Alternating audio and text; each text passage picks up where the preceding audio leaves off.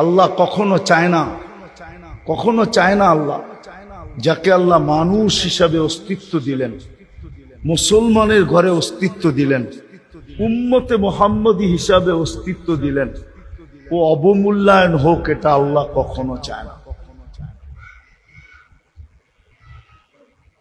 ও কখনো অবমূল্যায়ন হোক, আল্লাহর কাছে মূল্যায়িত না হোক, এটা আল্লাহ কখনো চান না।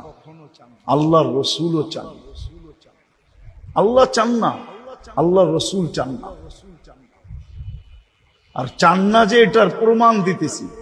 যদি চাইতেন তাহলে আল্লাহ এই কথা বলতেন না, আল্লাহু ইয়াদউকুম ইলা দারিস সালাম। আল্লাহ এটা কোনোদিন বলতেন না যে আমি তোমাদেরকে শান্তির দিকে ডাকি। আল্লাহ চান না।